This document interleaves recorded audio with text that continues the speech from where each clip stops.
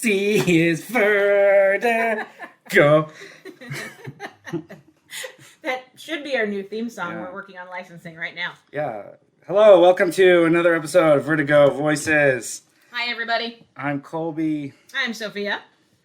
I commissioned a new song from singer-songwriter Alex Merton, and apparently she just released it on the radio and didn't cut me in, so... We're a little upset about that, yes, yeah. Thanks a lot, Alice. You don't know the exposure that you missed. Literally dozens of listeners. But no. All right, so it's been a few weeks. We had to take a break due to a murder investigation that I'd rather not go into, but nothing was proven, and I'm still here. This is the first I'm hearing about this, dear listeners, so... Yeah, no, so we only ever record every 2 weeks. I think I've said that before, but I had my second COVID vaccine a couple weeks ago on a Thursday, and the side effects kicked my ass for a good solid 2 days. Like, I didn't feel human until, I don't know, Saturday afternoon. I got it on a Thursday, so, you know. What can you do? You've got to do what you've got to do. It's been a couple weeks now. I'm all vaxxed up. Everything's good, even though I'm staunchly anti-vaccine. I'm anti-vaccine for everyone else. Which puzzles me, but hey, each to their own. It's like, it's like a politician being anti-abortion until his mistress gets knocked up, you know? Like, Gotta be careful. I might spit my coffee back into the mud. But no, people, get your COVID shots. Just do it. Don't be an ass. Just do it.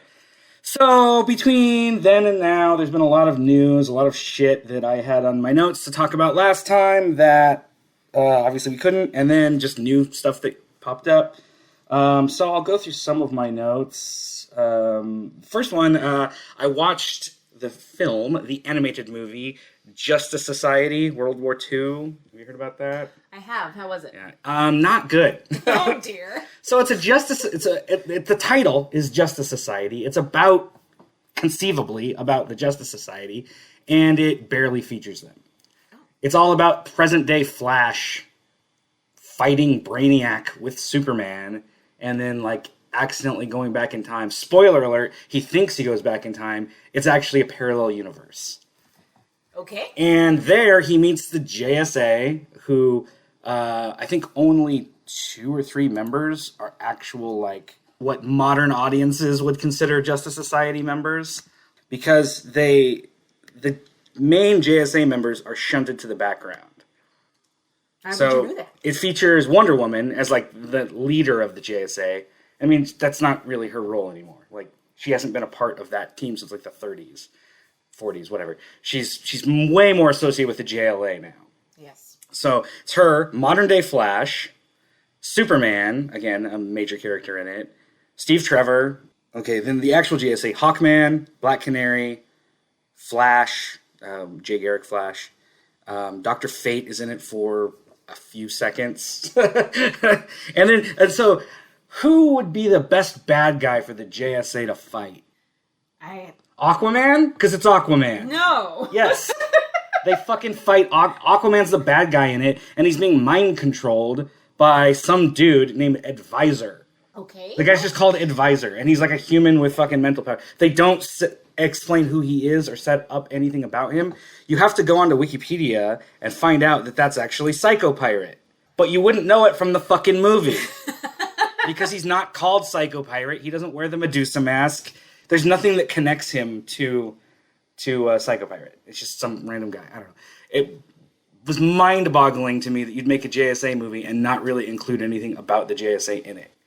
And have them go up against Aquaman of all foes. There's a secret character in it named Shakespeare, and they're like, who's this guy? Like, he's like a photographer, and it's set up at the very beginning to be like, it's clearly Superman. Like, you're just being an idiot to not know. And yeah, it's Superman. It's the Superman from that world who's lost his memory or something.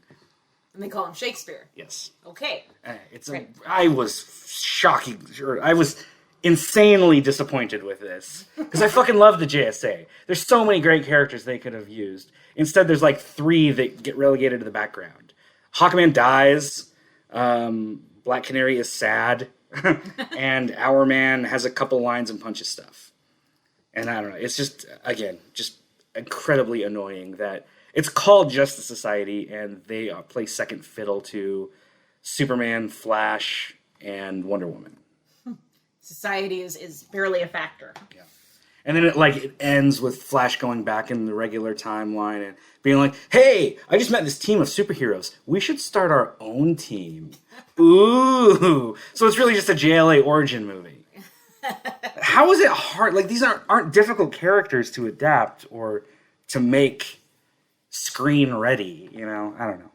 It's annoying. Ooh, we say. I fucking love. There's so many great characters I could use. Throw Starman in there, and if you want to do JSA with like a weird twist, just adapt the Liberty File, which was a comic by I can't remember who wrote it. Tony Harris did the art for it. It was bloody amazing, and it was like a Elseworld story about Batman. So Batman, Our Man, and Dr. Midnight working as like secret agents for the government in the 1930s, and they're codenamed the Owl, the Bat, and the Hourglass. Maybe I can't remember, but that's comic had a sequel called the Liberty File. No, that was the Liberty File. Had a sequel called the Unholy Three, and another sequel called the Whistling Skull. It's a really cool universe that he created with like these kind of twists on JSA characters, and like everyone showed up. Alan Scott, and Wesley Dodds, and what's his name, Mr. Terrific. So yeah, it was a fun story. And Superman was the bad guy in the second volume. So So they could have adapted that. Yeah, exactly. Anyway, fuck it. What do I know? JSA, World War II. Go watch it. It's great. So the other news, Why the Last Man? We've talked about this adaptation in the past. It's been trucking along. Many false starts, few casting switcheroos. Apparently it's now been complete. Well, the first season is actually finishing filming in July. So they're still filming, but it's premiering September 13th on FX and Hulu. Stay tuned. Yeah, so fingers crossed it'll be ready to go by then. But I mean, the pilot's probably been done for months, so I'm sure they'll have plenty of time to finish the season by then. On one little fun bit of news, I had a couple of Twitter battles. Yes, but Twitter, what's the word? Just interactions. A couple of Twitter interactions that I was going to talk about today, but the first one was fun. A couple weeks ago, Karen Berger, founder of Vertigo, had talked about a 20th anniversary, maybe 30th, I don't know, some fucking anniversary of Enigma, one of Vertigo's first miniseries. And she was talking about the new hardcover edition, and I commented on it about how, looks good, but I already have all the issues, but it looks good, maybe I'll have to pick it up. And she commented that truly stands the test of time, and I like your handle. Karen Berger is officially a fan of Vertigo voices. What do you think about that?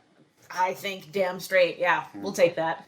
Thank you, Karen. I will live off that little nugget for months to come. I have a goddamn t-shirt with her name on it, so... Cheers. That's nice. That is good news right there. Yeah, exactly. That leads us to Sandman casting, round 2. Oh, yes. Got a new round of Sandman casting to kind of flesh out more of the major roles of the series. One thing right off the bat, I only recognize, half of these people. I don't know most of them at all. The first one that jumps out to me immediately is Patton Oswalt as Matthew. That's a great voice for that character. Perfect. Gaiman actually said that was the first person they ever cast. Oh, really? He was cast before they pitched it to Netflix. Oh. The day before. He cast Patton Oswalt. So that means he's been casting this role for 3 years. Just Everyone quiet. loves Patton Oswalt. Oh, exactly. I just finished watching I'll Be Gone in the Dark, that documentary series. That I haven't seen it yet, yeah. His wife wrote the book about the Golden State Killer, and there's a documentary that kind of it follows the book, but it also is all about her. It's an interesting look at the reality of true crime and people that get sucked into it. It kind of, I don't know. There's a bit of like the true crime world that just kind of rubs me the wrong way. That just like being obsessed with other people's misery. And there's even at one point there's an interview with Michelle McNamara where somebody asks her like kind of why you do this, and she's like, oh, it's just so interesting and like digging into these crimes and the reality of it, and blah blah blah. And then like after she spends a couple minutes like explaining why it like gets her off, then she's like, and it provides closure to the victims. It's one of like, we can couch this in as much like goodwill as you want, but at the end of the day, it's really just like rubbernecking at an ambulance, And that's fine, but just like own it. Yeah, exactly. It's just, it's one of those things that kind of ghoulish to me, but whatever. It's part of society. God knows everyone is into that. Anyway, regardless, Patton Oswalt as Matthew. That's cool. Stephen Fry is Gilbert. We already talked about that. Jenna Coleman is Joanna Constantine. That one is interesting to me because it caused like a whole bunch of confusion online, and then I realized that it wasn't confusion, it was just me being an idiot. So everything I read about was like, oh, she's taking over, like they made John Constantine a woman and blah blah blah. I was like, no, John, that's a different character. Like Joanna Constantine is actually in the comic. She's in Dream's past or whatever. And they're like, well, then why would they bring her back as like present day? It's like, what the fuck are you talking about? So then I read Neil Gaiman's press release, and he was like, yeah, so we cast Jenna as Joanna Constantine and thought that was cool. And then we decided, like, she's so good at this character, why don't we just bring her back in the present day, too? Like, oh, so they are. They're taking out John Constantine and basically having her fill two roles. Mm-hmm. The way he described it, though, it doesn't sound like she's just playing her own descendant.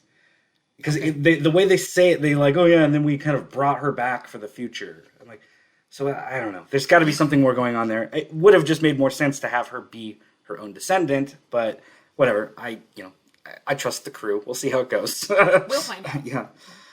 They got David Thewlis as John Dee, which great actor, interesting role. Good choice. Yeah, sure. have no complaints there. And then Jolie Richardson as John's mom, Ethel. Which is weird to me. I've mentioned this to you because she's 2 years younger than him. Right. And like I get, and she's a great fucking actor. I've loved her ever since I saw her in Event Horizon when I was in 7th grade. That's right. She is in that, isn't she? I had like a huge crush on her back then. So anyway, she's great in Nip Tuck and all other things. I'm sure she'll be great in it. It's weird because I'm sure they're just gonna like old age her up to make her. And so part of me is like, well, then why doesn't, like, she could play both versions of Ethel, but then they specifically cast Niamh Walsh as young Ethel Cripps. Yeah. And it specifically says Ethel Cripps and then young Ethel Cripps. And that feels really odd because, again, she's younger than the guy who is supposed to be her son. Right. But because she's over the age of 45, well, her expiration date is fast approaching in Hollywood. It's like I get it, and she could play the role no matter what. I totally get that. It's just like the optics are a little odd. Of again, Ethel Cripps, young Ethel Cripps. Don't get me started. Anyway, Jolie Richardson, yes, lovely actress. She's great, and hey, I mean, it's job's a job, so at least she's working. I'll take it. I'd be like, it's bullshit. I'm playing someone's mother who's 2 years younger than me, but I'll take it. But even with that, I mean, again, they're probably going to age her up, so it's not like she has to. It's not like she's going to be like 45 or however old she is, blonde Jolie Richardson, and then against him because in the comics, Ethel's like 90 or whatever. Right. So I don't think it's going to be like a Colin Farrell, Angelina Jolie situation in Alexander. I don't think they're going to do it like that. Oh yeah, but I forgot about. I haven't seen that. Now that I think about it. Well, for another time. Yeah, exactly. Anyway, so that's the extent of the cast that I know. Those are the only actors that I know. And Niamh Walsh, I have no idea who that is. So then there's Keel Ra as Rose Walker. Don't know who that is, but yeah, sure. Young woman, sure. And then Sandra James Young as Unity Kincaid. They're being cagey. I mean, obviously that's part of the plot that they're related. So Gaiman is like, oh, her mysterious benefactor, Unity Kincaid. And it's like, yeah, okay, all right. I won't spoil anything for people online. Razane Jamal as Lyda Hall, another actress I don't know anything about, but sure, yeah, why not? The fact that they cast Lyda makes me think that Hector's going to be in it too. Then Donna Preston as Despair. Again, don't know anything about, but that picture, she's definitely got Despair's face right there. The eyes. It looks like a little bulldog about ready to bite. Like just that determination. Her eyes are perfect. The fact that one eye's a little bigger than the other. Is it? Yeah, I mean, look at that. It's definitely cockeyed. Like, look at her eyebrows. A little bit, yeah. She looks like she's about to tear into someone. She does. If looks could kill. Yeah. I hope they probably will give her a lot of prosthetics because she's too pretty right there, but she's got the it's eyes. a fucking headshot. Of course she's too pretty. Well, yes. Patton Oswalt's too pretty right there. Okay, point taken. Mason Alexander Park as Desire. Apparently Park is non-binary, which it's Desire, so yeah. I think they look pretty perfect. Yeah, exactly. And then Kirby Howell Baptiste as Death. Apparently she is in something, right? She's in like some high-profile show that I've never seen. So, and yeah, one of the things that's funny to me, so obviously they cast a black actress as Death. On our cast list, like when we made our own Sandman cast fucking months ago, I think we both settled on black actresses as well. We did. Weird. So it's almost like that's like we tapped into Gaiman's mind there. Right. We met up in the dreaming and compared notes. You paid attention. Yeah. Listen, they're onto something. Even though she was probably cast months ago, because again they've been filming for a while. Yeah. Who did you say? I don't remember. I remember that Zazie Beetz was on the list. Yes, she was. And I can't. I was actually gonna re-listen to it before we did this, but I forgot because I'm dumb. So I don't know, but yeah, everyone looks fine. Like I don't. Of course, it's the internet, so people are fucking being annoying and freaking out about not whitewashing, diversity and blind casting. Is that what it's called? I don't know. Yeah. I got into a few fights on Twitter about it. So here's the thing: like I don't ever go looking for fights. I fucking hate the internet in terms of arguments.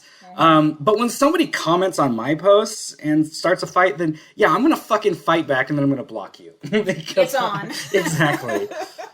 I can't even see the angry posts that I got now because again, I blocked those people because I don't need that shit. And I don't want to amplify their voices. Well, with all this stuff to get excited about in life, right? Yeah. I mean, I don't understand it either. And I like, this one guy commented, inclusivity means Netflix's Neil Gaiman's Sandman is going to get the HBO Watchmen treatment of pure wokeness. Netflix is aiming for woke awards, no doubt. That's probably why they canceled Jupiter's Legacy, where it didn't have a chance at any woke awards because it's too white. And like, those are two completely different things, first of all. And like, I kind of like, Watchmen was awesome. Far better than Jupiter's Legacy. Oh.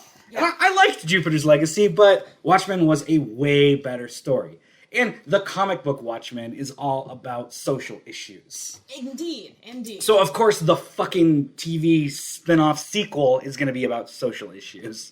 And then I kind of like, so like, A, Watchmen was awesome, far better than Jupiter's Legacy. B, the reasons for a show's cancellation have zero to do with its, quote, wokeness, and everything to do with A, viewership, and B, how much it clicks with audiences. Like, Jupiter's Legacy just didn't click for a number of reasons. That's what I got, like, 3 or 4 episodes in, and I was like, I just don't care. Yeah. I wasn't offended by it or outraged by how bad it was. I'm like, I just don't care. Yeah. And the last thing I said to him was, go read Sandman. Yes. So if you've read Sandman and, I guess, understood the point of view of this book, then there's no way any of this casting would offend or upset you. Right. It's just so fucking stupid to get bent out of shape about this. Like it's not reality. This isn't a problem. Yeah. And then I've heard people say like, well, it's not that I have anything against black actors or blah blah blah. It's just that I feel like I really love the look of Death in the comic. Like I love that look of the goth chick and the black and the eye makeup. And Gaiman's like, yeah, me too. That's why this is that character. Like, right. Like, guess what? Right. She's going to look like that, you fucking idiot. Exactly. It's not like we cast a black actress and we're going to put her in fucking red high heels. Exactly. And a fucking green miniskirt. Like, that's so fucking stupid to think that they would change that.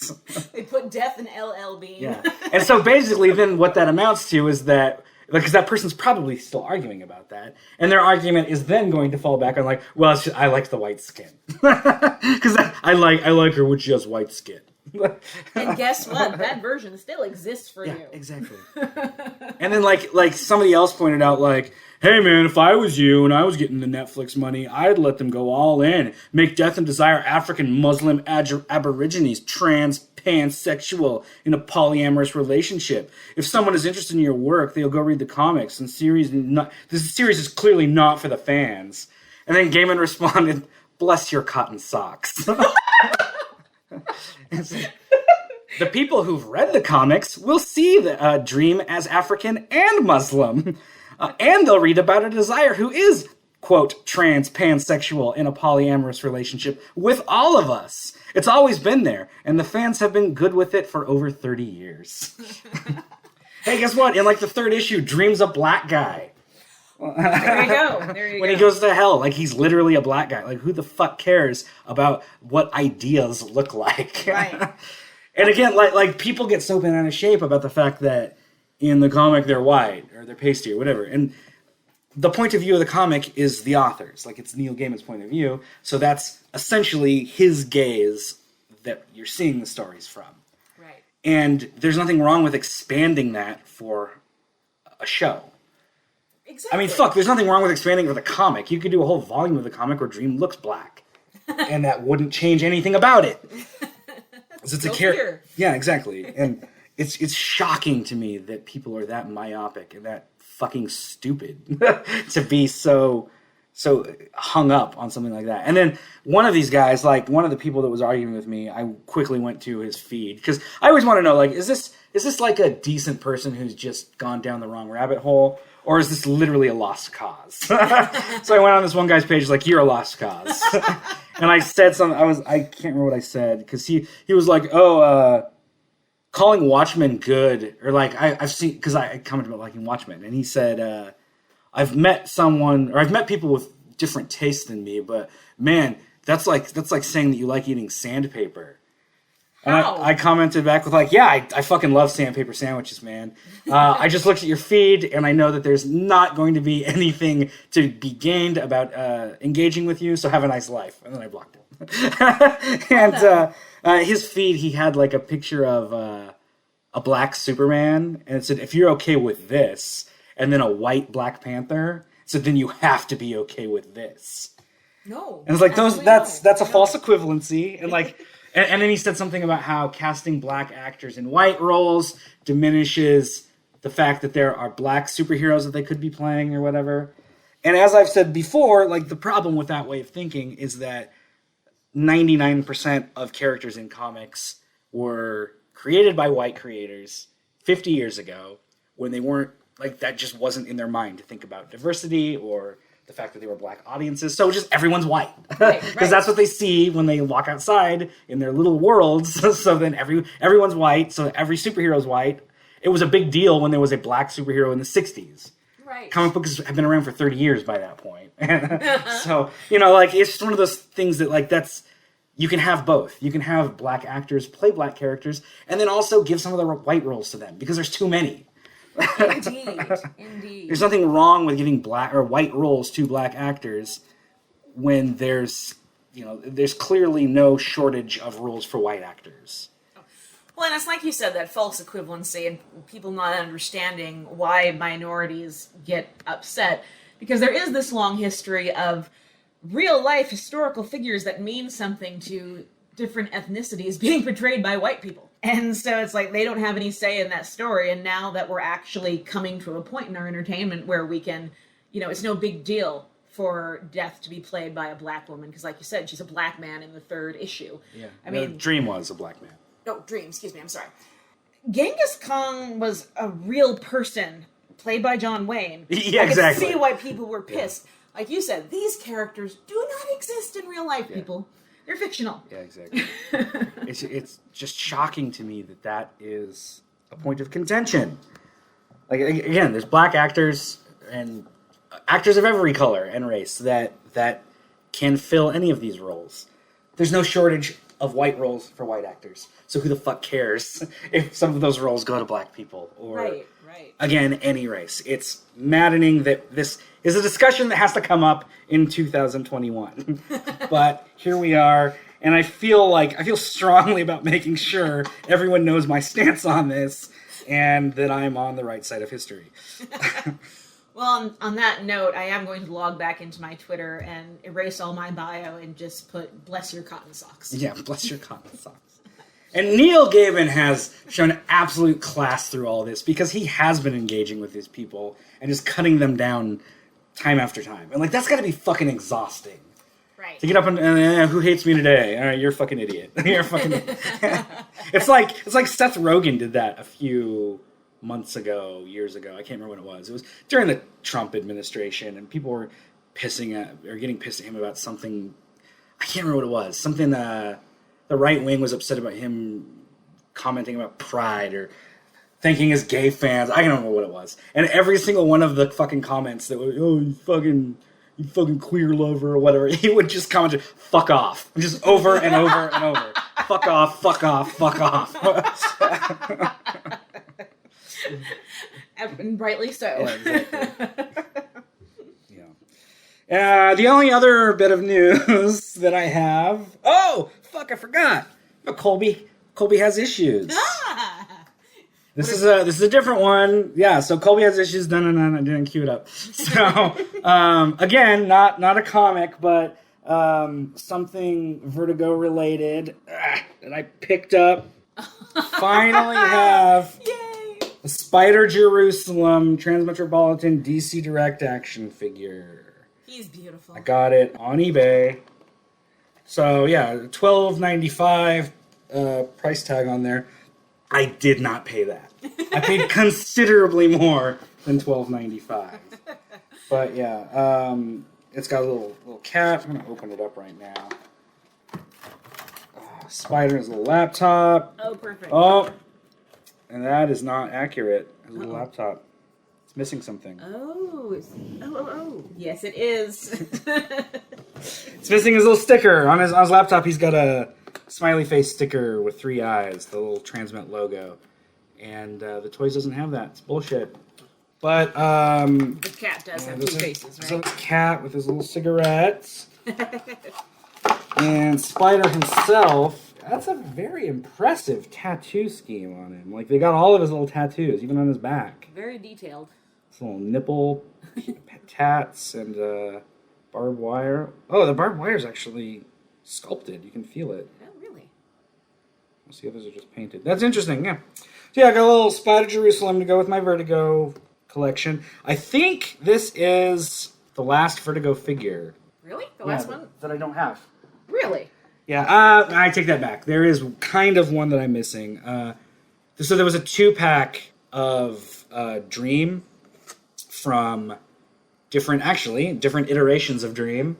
There was God damn it, Arabian Nights. Remember that story in Sandman? Barely. So anyway, it's fucking the Muslim version of Dream. Right. and then there was another one called Dream Hunters, which was Asian Dream. Okay. And they made a 2-pack of those 2 versions of Dream, which I don't have that yet. But closer. I do have Dream and I do have Daniel, so I have the character. I just don't have that 2-pack. Ever closer, though. Yeah. But anyway, so this is the last character that I needed. The circle is almost complete. It's a really good face sculpt. And this toy is fucking 30 years old. I mean, it's from 1999 or 2000. Yeah.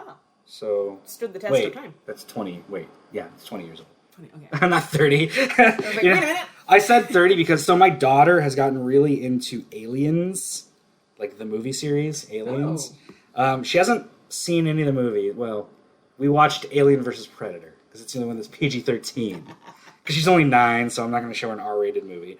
But she got really into the Aliens because we went to a toy show in town, and she found the Snake Xenomorph toy from like 1992, and just freaked out about it. Like she fucking had to have it. I loved it. So ever since then, we've been buying up Alien toys on eBay. She's got a little collection behind me there. Oh, yes. And she's just obsessed with Aliens now. And I was looking at the fucking trademark or whatever. Those are all from 1982. So she's playing with 30-year-old toys. And she's got all the fucking kids on the block to play with them. She has this whole game, like, worked out with them. Because she's really into Pokemon.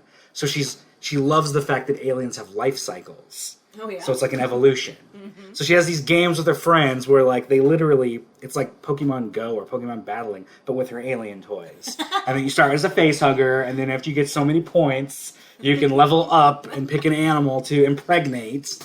And then when the chest burster comes out, then you have to feed and level up till you become the creature. And then if you level up enough, you can become a queen and lay more eggs.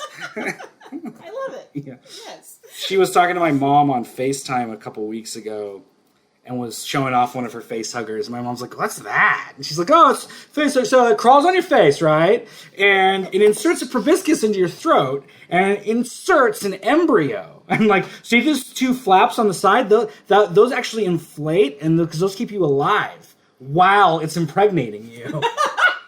And she's like, and then it comes off. And you may think that you die once that happens, but you don't. The face hugger actually dies. It keeps you alive until the embryo is big enough to tear itself out of your chest cavity. That's what kills you. And my mom's like, can we talk about your stuffed animals or something? I love that your kid knows what proboscis and chest cavity is. Oh, yeah. I mean, that's not even for me. That's just for love of science and YouTube. See?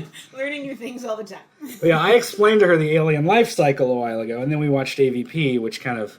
She's like, oh, okay, I get this now. Like, this is some shit, man. She didn't say that last part. No. In fact, she is staunchly against swearing. Oh. To the point where the other day I heard her playing with one of her friends, and her friend was like, oh, crap. And Lillian's like, excuse me? Like, I don't like it when people say that, or something like that. And she's like, what? It's not a swear word. And Lillian goes, I think you'll find that is, in fact, a swear word. Like, she had to censor herself. Watch your mouth. Yeah, exactly. So for all the ways that she's like me, she's definitely not inherited my love for swearing. Soon enough. She's still young. Give her time, give her time. She's young and not jaded about this fucking world. Let her be excited a little while longer. Yeah, exactly. All right, we've gone through a lot of stuff and a lot of side conversations. We did have a story. Oh, wait, did you have other news? I do, yes. Okay. This will be quick. I forgot. And we have a lot to cover, folks, because we were gone for a couple weeks. This was a little bit more sad, but you probably heard that David Anthony Kraft passed away recently from complications due to the coronavirus. I didn't know that. Sad news. But for those of you who don't know, in the 70s and 80s, he was a strong force at Marvel. He worked on Man-Wolf and Captain America, and I'm pretty sure he did the entire run of the Savage She-Hulk. And then he went on to work for Comics Interview, a magazine in the 80s, and he, got to rub shoulders with Stan Lee and Jack Kirby and Todd McFarlane. So, very strong behind-the-scenes presence. So, rest in peace, sir. And last but certainly not least, and some comics fan is probably going to be like, "Nuh-uh, Sophia," but this made me really excited. Todd McFarlane is launching King Spawn in August with a slew of really talented artists, and I'm 95% confident that this is the first continuous run of Spawn since the early 90s. Spawn's always been continuous. It's never stopped. I know it's never stopped, but a continuous story run, I think. Oh, I have no idea. I could give a fuck about Spawn, to be honest. Shut up. Shut your mouth. I fucking hate Spawn. Shut your mouth right now. And I really don't like Todd McFarlane either. Well, you don't have to. Even though he's from here. He went to school at Eastern. Did he really? Yeah. Oh. He's friends with John Waite, who owns Merlin's. Really? Yeah. Huh. It's fucking weird. Anyway, so when you were talking about I got my comic creators who died confused. Because Karen Berger posted a couple days ago that Pat McGreal died. And he worked on quite a few Vertigo books, like Chiaroscuro, Veils, and I, Paparazzi. He passed away as well. So Losing some good also ones. people dying. Yeah. Yeah, I've never been big on Todd McFarlane. Going back to that. Well, I'm not huge on him either, but I really like the character Spawn. I don't at all. Really? Yeah. It's just that 90s shit that I don't like. I don't like that era of 90s comics. Of just that, For Darkness Sake and fucking Malbolgia and Violator. And that aesthetic is just like a big sigh to me. Like, I look at it, it's like, hurts the eyes. Too many ripped veins for you. There's many pouches. So many Too much. Like there's asymmetry, and then there's the way Todd McFarlane does asymmetry, which just annoys me. He'll give somebody one giant boot.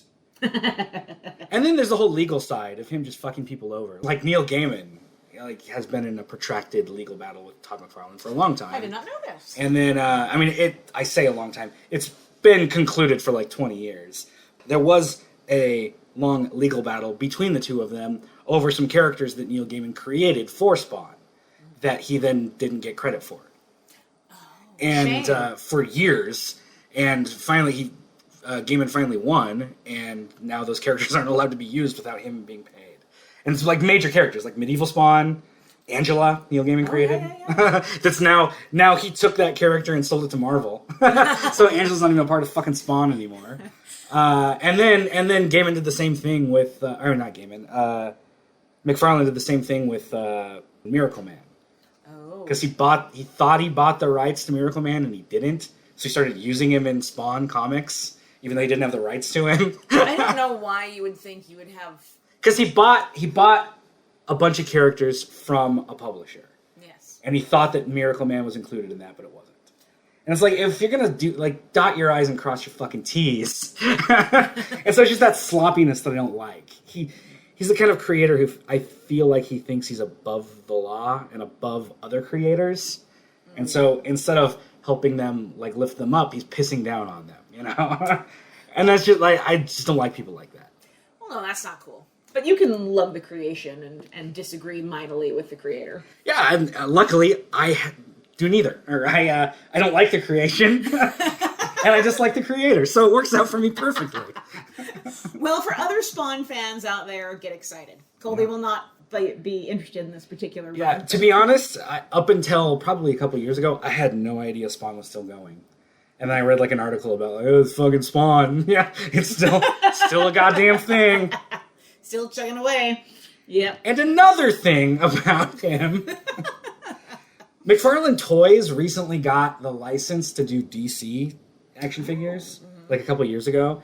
Every fucking wave of toys they've put out has just been different versions of Batman. With an occasional, here's Flash's Batman, I don't know.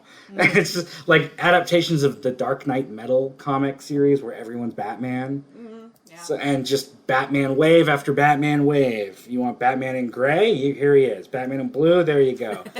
Batman in black. It took the DC Universe toy line, I don't know, a decade to get half as many Batmen as Todd McFarlane has pumped out in 2 years. Yeah. Good point. And I would concede that he probably is a better businessman in that sense than he is. Except for being sued all those times. Except for being sued. But you gotta crack some eggs to break an omelet or something like that. But no, Spawn's fantastic. Well, agree to disagree. Spawn is something. I'll give you that. Thank you for that, at least. Anyway, now that we've thoroughly ran down that rabbit hole. Yeah, so we actually have a book to talk about today. We're talking about Kyle Baker's I Die at Midnight, which I talked about on our adaptation episode, that I wanted to see this adapted. You did. Would you see what I mean about how easy this would be to adapt? Yes. Oh, this is basically a script already. It's just, it's a concise, short comedy, dramedy, I guess, of errors. It's perfect for the screen. Yeah. I have a feeling we're going to agree mightily on this one. Yeah. It's just, it's a story about a guy who takes an overdose of pills to commit suicide because his girlfriend leaves him. And then she shows up, and he is trying to stay alive now. Just pratfalls and goofiness and serious asides. Just unbelievable wackiness with life or death situations. Yeah, exactly. And it's all centered around New Year's Eve. In 1999. Yeah. The millennium! Not a Y2K joke in sight. Right? That takes some serious restraint. It does. It does. I was going to say, I admire that. And did I tell you before about who I thought should play this guy, right? You probably did, but tell me again. It's Nicolas Cage. Oh, that's totally Nicolas Cage, yeah. The lead in this just looks like Nicolas Cage. He really does. I mean, realistically, Nicolas Cage about 20 years ago, but still, I mean, he could probably still do it. He could. Oh, he totally could. Read the back for our listeners, because I love the summarization. Oh, okay, so New Year's Eve, 1999. The good news is Muriel has decided to take Larry back. The bad news is Larry's just swallowed a bottle of pills, and he can't tell her about it or she'll leave him again. With a stomach full of poison, Larry must race across Manhattan to meet up with the only person who can save his life and keep the secret. But first, he's got to get through a crowd of millions in Times Square and Muriel's murderous ex-boyfriend. A madcap romp as only Kyle Baker can imagine. I Die at Midnight is about a man looking for true love and a reason to live. In New York, he'll be lucky if he finds a cab. And yeah, it's that good. If that interests you at all, then pick it up. And I like how, I just love how fucking, like, the escalation goes throughout the story.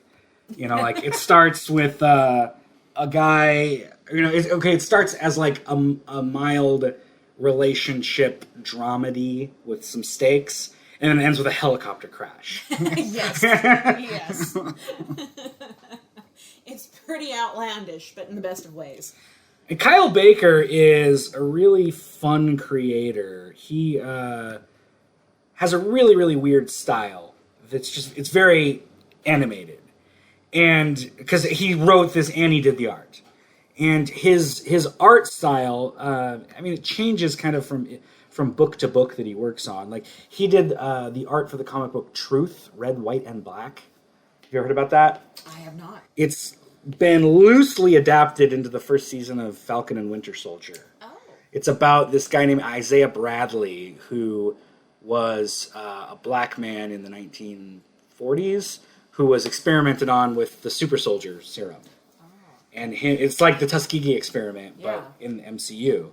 And it's a really, really interesting, dark look at history and like whitewashing the good parts or the bad parts or whatever. And I was really happy to see some of that story in Falcon and Winter Soldier.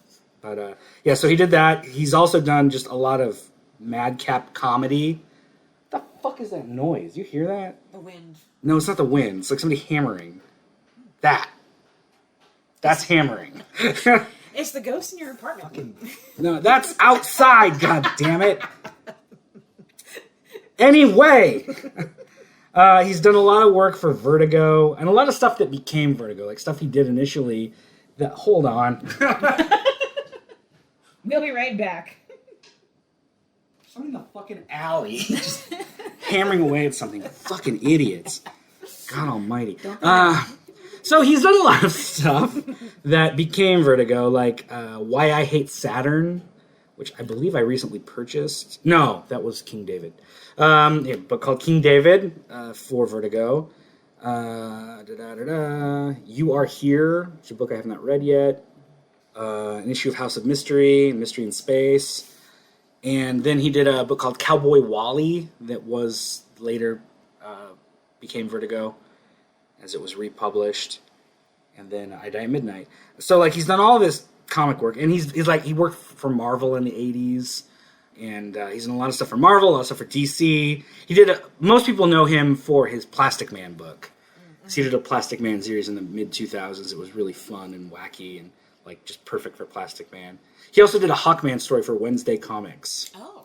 Did you ever read Wednesday Comics? Oh, I don't know if I have, honestly. In 2009, DC put out this weekly comic series called Wednesday Comics, and it came as like a newspaper. Oh, It's cool. like a big newspaper. You open it up, and every page was one page of a different story. Oh, neat. So there was a Hawkman story, there was a Metamorpho story, there's a Commandy story, and each one of these was a different creative team. Like Neil Gaiman had one. I think he did Commandy. Maybe not. I can't remember. And it was just really cool. And so he did one of those. But through all of his work, I will always remember him because I got to see him in person at San Diego Comic-Con in 2008. Fuck, now I can't remember if it was 2005 or 2008. There was this panel there called Quick Draw. And apparently this is something that they do regularly. And they have different comic book artists come onto stage, and each of them has their own little drawing station, and then over them is a camera, and it projects what they're drawing up on the screens. And so it was Kyle Baker. This was fucking amazing. I can't believe I was in a room with these people. This was Kyle Baker, Sergio Aragones, who's a fucking legend in comics. He's been working on Mad Magazine forever. And he created the character Gru and a bunch of other things. But anyway, so it was Kyle Baker, Sergio Aragones, and Jeff Smith, the creator of Bone. Oh, yeah. Which is an amazing comic book, and now, my daughter's favorite comic book, too. She's been collecting the cards. And I think there's another one, but fuck, I can't remember who. Anyway, regardless, those three on stage just blew me away. And the host would just give them drawing prompts, and they'd have to draw. Are you fucking kidding me? I can still hear that. Oh my god, I'm gonna murder a neighbor today. So, anyway, one of my favorite ones was like, what's the craziest thing you saw at Comic-Con this year? And like one of them drew a caveman robot. Because there was this dude, like his cosplay was robot caveman. All right. But my favorite bit about that was Sergio Aragones. He the host had him draw a picture of Alfred E. Newman. And so Sergio drew it, and he drew it like super small on the page. And he's like, I know what you're going to make me do. Like, I know, because apparently it's something that comes up often where he'll have him draw Alfred E. Newman, and then he just keeps adding to this picture. So he's like, okay, now draw like a bunch of samurai attacking him. All right, now he's on the edge of a cliff. And now there's a plane flying overhead. So he just keeps having to logically add shit to this picture to make it make sense. And I remember that one. I'm pretty sure Kyle Baker did the robot. The robot caveman. I'm pretty sure that was his. But anyway, I'll never forget that because it was just these heavy hitters of comic book world in front of me, drawing craziness for an audience that was super into it. A memorable experience. Oh, and they even had Gary Owens was in the audience. You know who he is? He's an actor, right? Voice actor. He was like the voice of Space Ghost back in the day. Okay, yes. And so he was in the audience, and they asked, like, the host was going around to people because they were going to do a Space Ghost themed pictures. And he was like, he went up to this woman in the audience. He's like, could you say, you'll never defeat me, Moltar? And it's like, yeah, you'll never defeat me, Moltar. He's like, okay, how about you, son? Can you say you'll never defeat me, Moltar? And this kid like, oh, you'll never defeat me, Moltar. He's like, how about you, sir? Could you say that? And he went up to Gary Owens. He's like, you'll never defeat me, Moltar. And the audience freaked the fuck out at that. It was so much fun. And then, yeah, they all drew Space Ghost villains or something. I can't remember. But that was fucking 15 years ago. That's nuts. It sounds fantastic. Yeah. Yeah, anyway. Kyle Baker. He's the man. Yeah. Really good artist. And again, just a really weird, cartoony style he has. This book is probably his most restrained. And it has pages like that, where there's this crazy, wild snake creature while the main character is hallucinating. The art is, even his signature, the way he does his name is like Disney font. Yeah, exactly. But this is not for children, everybody. Yeah, exactly. Well, I mean, I don't know. Of all the Vertigo books, this is probably one of the least offensive ones for young sensibilities. Granted, they might be able to read it and not know entirely the implications or what's going on. And I love like pages like this where there's just no words of him jumping off the roof and using a steak knife to slide down that banner. And just like the sense of scale in the background and everything. Oh yeah, when he's in Times Square, a bunch of the ads are references to other Kyle Baker books. And other stuff. Like there's an ad for Why I Hate Saturn. Mm-hmm. There's Kyle Baker's name just in lights. Civil Liberties. I don't know what that is. Jungle Stripper. That looks like a good movie. She Demon with a Gat. All these pulpy. Here's a good one. Develop early computer skills in your infant. Well, he kind of called it when you think about it. Yeah, exactly. Ice Pick Nymphos. That looks like a good one. Or Basic Instinct. Are you ready? 2000. Oh, there's one just called Wet. KyleBaker.com, too. Yeah, just the Times Square ads are awesome. They are good. It's fun. Yeah, and like the entire book has a countdown, like a constant countdown, because because of the amount of drugs that he took, he'll die at midnight if he doesn't get the antidote or whatever. Right. I want to know if that it's got to be made up, or it might not be, but like the I can't remember if it's the drug that he takes or the antidote, but it has a ridiculous name like amphetamine or something. I have no idea if it's real or not. I mean, but fucking, it could be. Look at like that the drug that Trump was touting, hydroxychloroquine or whatever the fuck it's called. I got weird names. Oh, here's another ad that I really like. There's two movie adaptations for Why I Hate Saturn, and then one for You Are Here, the movie. Uh-huh. And the funny thing is, You Are Here, it's very clearly Tom Cruise and Nicole Kidman as the leads. Yes. Fucking great. T-Rex. Oh yeah, and then there's did you see the ad in the background? I've joked about this so many times. There's a big ad that says, "Comics, they're not just for kids anymore." No, they're not. And there are moments when he breaks out of like there with the pills. He breaks out of the panel format. Yeah. It's really exciting. His style overall is very non-traditional. Like even in this, there's scenes where it's like, that's the wind. There's scenes where there's like, just it looks like a picture book. Right. Where like the dialogue is at the bottom or on the side while the pictures are in the middle. And that's not something that's common in comics. Like he doesn't use speech bubbles hardly ever. Exactly. And in this, I don't think there are any speech bubbles. I can't remember seeing any. But yeah, he's a cool artist that likes to fuck around with the form of comics, and especially these days when this is an art form that has I don't know how to say it. Like it's an art form that's very established. And like everyone knows, the fucking speech bubbles, thought bubbles, the text windows, and all that. And you don't see a whole lot of fucking with the actual form. Like there's tons of artists and writers who mess around with the layouts or the way panels work or splash pages versus panels, or like Frank Quitely will do weird paneling where like it'll look like the panels are falling. Whatever, and lots of artists get weird with that. But Kyle Baker's got like his own style of weirdness, where even the words and how the story is told shifts. Right. It does start out very uniform, but the crazier it gets, he breaks more out of the mold. Yeah. And just like the paneling changes, and to the point where you can't even tell, like right here towards the. Oh wait, that's not the comic. But like there's scenes where like the panel is just the page, and then the panel is cut in with other panels. Like I don't know, it's an interesting style. I really like it. So, what do you think of the characters? Stock. I mean, there's not really much to them other than he's the boyfriend, like the depressed boyfriend, the reconciling girlfriend, nurse, mean ex-boyfriend, psychotic ex-boyfriend. Yeah, exactly. Yeah. And it's like I said when I first talked about it. It feels like one of those '90s dark comedies that you'd see on Cinemax or whatever. It does. Like that movie. What was the movie I used as an example? The Last Supper. Okay. Yes. It's got that kind of dark comedy to it. And it works very, very well.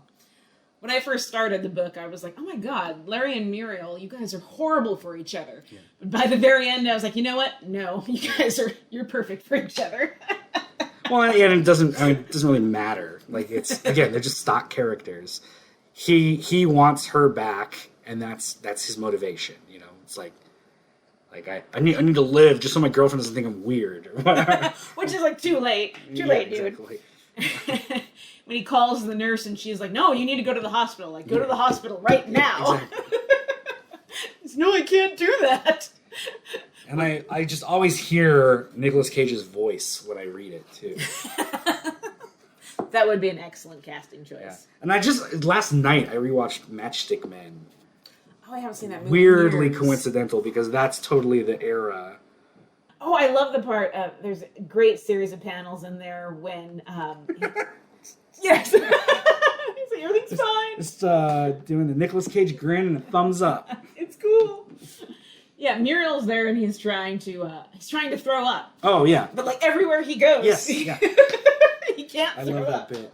He goes to throw up in the toilet, and then she goes in the bathroom. So then he goes to throw up in the sink, and it's full of dirty dishes. So then he opens the window to throw up outside, and there's a bunch of surly bikers sitting right underneath his window.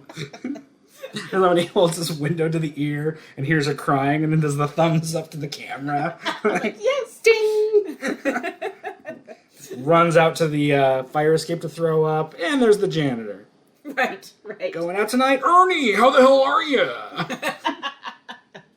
Not so good. Esther's getting worse. Sorry to hear that.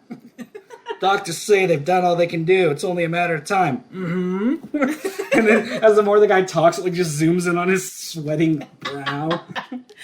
She suffered so much. Last night when I visited, she was begging me. She said, please, Ernie, kill me. I can't take the pain anymore. Please, Ernie. She was screaming. I still feel her nails digging into my arm. She was screaming and screaming at me. Kill me. If you love me, kill me. Please, oh God. I was frozen. I couldn't do anything. She was hysterical. A vase of flowers got knocked over and broke. A nurse came in with the big guy. They gave Esther morphine, tied her to the bed. They had to wrestle her. She's just a frail little skeleton with no hair, and they had to wrestle her.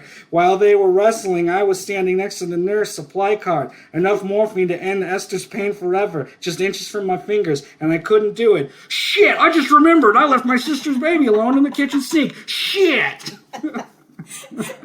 And that's what's so great. Like, the poor Ernie is like pouring his heart out to him about something that's horrible and tragic, and he's just like, I gotta fucking throw up these pills. I just love that wall of text and just the close-up of his sweating eyes.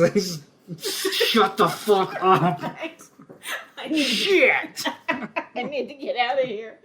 Oh, such a fun book. I mean, that page there is enough to give it a Vertigo from me. Oh, a big Vertigo. Yeah. Yeah, absolutely. Fun book. Fun, weird, dark book. Like so much of Vertigo, it's unlike anything else. Indeed, indeed. But what's the other...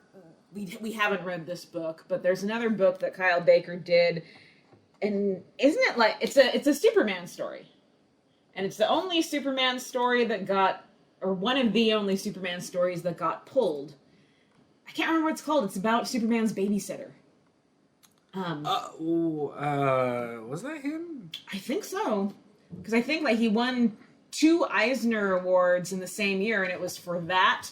And it might have been for I Die at Midnight, but I can't remember. I think I know what you're talking about, but I didn't remember that was him. Gonna have to look it up. I'm just gonna... Superman's babysitter... Letitia Lerner, Superman's babysitter. Yeah, is that Yeah, him? Kyle Baker with Liz Glass. Story originally appeared in DC Comics Parallel Universe Anthology, Elseworlds 80-page giant. I think I used to have that. Baker drew, colored, lettered, 10-page story. In the story, a super toddler climbs into a microwave oven. When Paul Levitz, the president of DC Comics, objected to this portrayal of the infant, most copies were recalled and pulped. DC destroyed all copies of the issue intended for North America, though copies were distributed in Europe. So I guess I did not have this book. 2000 award. Yeah, it actually won the Eisner in 2000. Also that year, Baker won an Eisner Award for I Die at Midnight. Okay. No, the only way I read this book was a long time ago, is someone actually uploaded it to the internet. Oh, yeah. But yeah, again, That's fun. Yeah, because I had heard that. I remember, I know exactly what the cover of that Elseworlds 80-page giant was, because there's like a Superman on it that looks like Elvis or something. I'll show you. 80-page giant. I'm looking it up on eBay right now to see what it goes for. you find everything. Yeah, well, it's kind of like Elvis. He just has sideburns. Yes, yeah. Holy shit, $500. Ooh. Yeah, I definitely don't have a copy of that. Ooh. Oh, my comic shop has it for $4.85. They're a comic seller I've bought from before. But these are all graded. You probably can't even find it graded. Ah, there it is, ungraded. God damn. Wow. Oh, I have that. Starman 80-page giant. $3.50. So there. Raking in that dough. Whoa, Starman number 1, 400. Or 0, rather. Number 0. Oh, no, that's the whole series. Oh, okay. I have all of those, though. No biggie.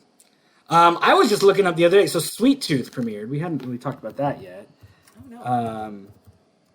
Sweet Tooth, #1. I have the first issue. Well, I have the whole series of Sweet Tooth. But the first issue is going for a decent price right now. $125? Yeah, because of the show. Whoa. There's cheaper. $165, $157, $150. Wow. That's the entire first book for $100. $610, $1,900. Those are both graded though. Oh. My copy's not graded, but it's in really fucking good condition. 1 and 2 for $100, $350 for #1, ungraded. Well, didn't you say a while back that in all reality, graded does not mean that much? Yes and no. It's a scam, is what it is. There's only one company that does the grading, so they decide all the prices. And so it's like, yeah, I mean, you can get your comic graded, and it could be worth more, but it's just this one small group of people that are deciding that. So the only reason for that to really have any meaning would be if other groups were grading as well. But they're not, so we just have to kind of take their word for it. And now grading has gotten, like, my friend Chris, who collects VHS tapes, has said that people are grading those now. No. Yeah. So it's just a fucking scam. It's a way to make money. But anyway, regardless, next episode, we're going to be doing another pilot season? We are. About Swamp Thing. And then I think after that, we should dive into Sweet Tooth. Yes, please. Because I just briefly mentioned that that's on now. Go watch it. It's good. It's different. It's unusual. Have you seen Kath and Kim? I haven't. Never No. mind. That's okay. it. It's a reference to that.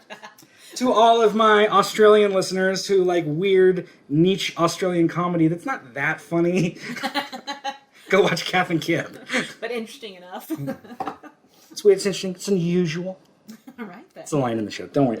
All right, so this was a big Vertigo for both of us. We didn't talk about the comic that much, but, you got enough. We had a lot to catch up on. Yeah, and it's just a good comic. Go read it. It's short. You can read it in 20 minutes.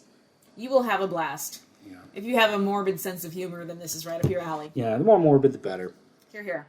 So, end of the show time. Like and subscribe. Be sure to tell all of your bigot friends to not follow me on Twitter.